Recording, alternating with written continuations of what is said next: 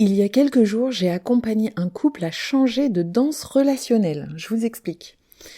Ce couple vient me consulter parce que bien que l'amour soit toujours là, le mari et sa femme se sentent déconnectés l'un de l'autre assez régulièrement.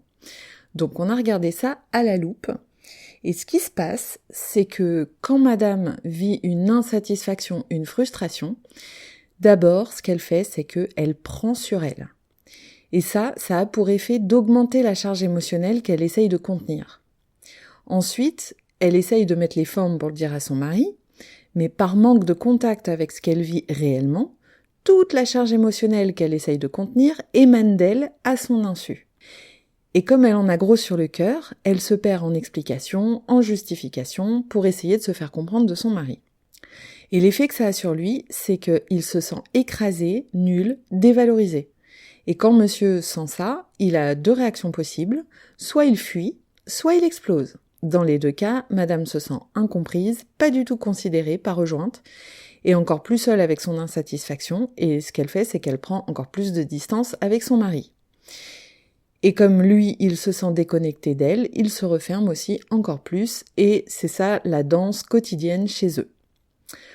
Donc déjà, ils ont pris conscience de leur réaction, chacun. Donc chez madame, la réaction prend la forme de la victimisation ou du reproche, c'est-à-dire qu'elle croit que son insatisfaction est due à ce que son mari fait ou ne fait pas. Autrement dit, elle le rend responsable de son malaise sans même s'en rendre compte. Bien sûr, c'est pas son intention, mais c'est l'énergie qui se dégage d'elle au moment où elle s'adresse à lui.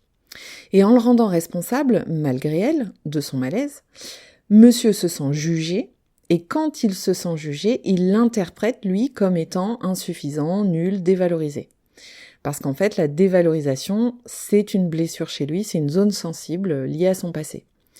Donc quand il sent ça, il se ferme, soit en fuyant, soit en explosant.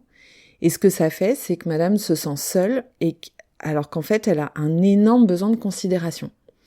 Et on voit vraiment dans cette danse comment chacun appuie sur le bouton rouge de l'autre. Donc, ils ont vraiment bien compris que la réaction de l'un active la réaction de l'autre et que en faisant comme ça, ni l'un ni l'autre n'obtient ce qu'il veut, quoi. Pour changer ça, j'ai invité madame à d'abord rester en contact avec ce qu'elle vit vraiment, ce qu'elle ressent, et à s'appuyer sur son ressenti pour trouver son besoin insatisfait. Et vraiment, je tiens à dire que accueillir ce qu'on vit, le reconnaître, prendre la mesure de ce qu'on ressent, c'est vraiment capital pour dégonfler toute cette charge émotionnelle. Cette charge émotionnelle qui s'est accumulée en plus au fil du temps. Ensuite, elle s'est entraînée à parler d'elle uniquement et à faire une demande claire à son mari. Et je rappelle que les femmes sont majoritairement plus émotionnelles et donc on a tendance à parler beaucoup et à diluer notre propos dans beaucoup de phrases, alors que les hommes sont majoritairement plus pragmatiques et comprennent beaucoup mieux le langage direct et concret. Donc, madame s'est tournée vers son mari et elle lui a dit en 4 phrases ce qu'elle observe, ce qu'elle ressent, de quoi elle a besoin et ce qu'elle souhaite. Donc 4 phrases simples, claires, concrètes. Ensuite, je me suis tournée vers son mari pour voir ce qu'il avait entendu. Donc, il a reformulé simplement ce que sa femme venait de dire. Et en faisant ça, effet immédiat sur sa femme, elle s'est sentie enfin comprise. Et déjà, ça crée du soulagement. Et ensuite, quand j'ai demandé à son mari ce que ça lui faisait d'entendre ça, il a remarqué que là, il se sentait ni écrasé, ni nul, ni jugé. Et qu'en fait, il était prêt à accéder à sa demande. Pour terminer, je me suis tournée vers monsieur pour lui proposer une alternative quand il a envie de fuir ou d'exploser, et c'est de pouvoir dire à sa femme « Tu sais, quand tu me dis ça, j'ai envie de me refermer ». C'est-à-dire que, au lieu de passer à l'acte, fuir ou exploser, c'est de simplement nommer ce qui se passe pour lui. Donc pareil, on a fait l'exercice, il s'est tourné vers sa femme, il lui a dit cette phrase, et sa femme, elle était toute émue de constater à quel point elle se sentait en connexion avec lui, même quand il disait ça.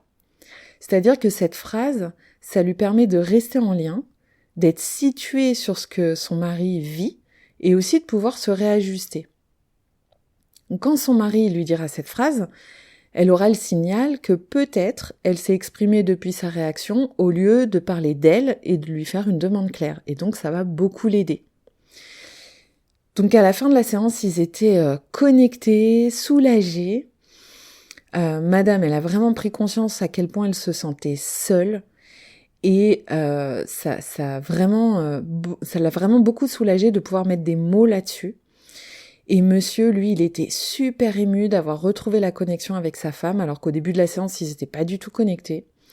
Et ce qui m'a le plus touchée dans cette séance, c'est de voir à quel point tous les deux, ils veulent la connexion avec l'autre, mais à quel point leur réaction mutuelle les empêchait d'avoir ça, bien malgré eux.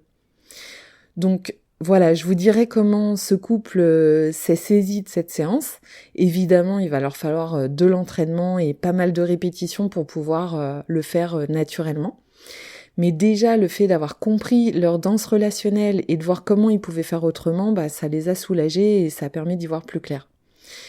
Et si vous aussi, vous avez envie de changer vos réactions, d'améliorer vos relations, que ce soit en séance individuelle ou en couple, rendez-vous sur mon site angeline-leroux.com. À bientôt!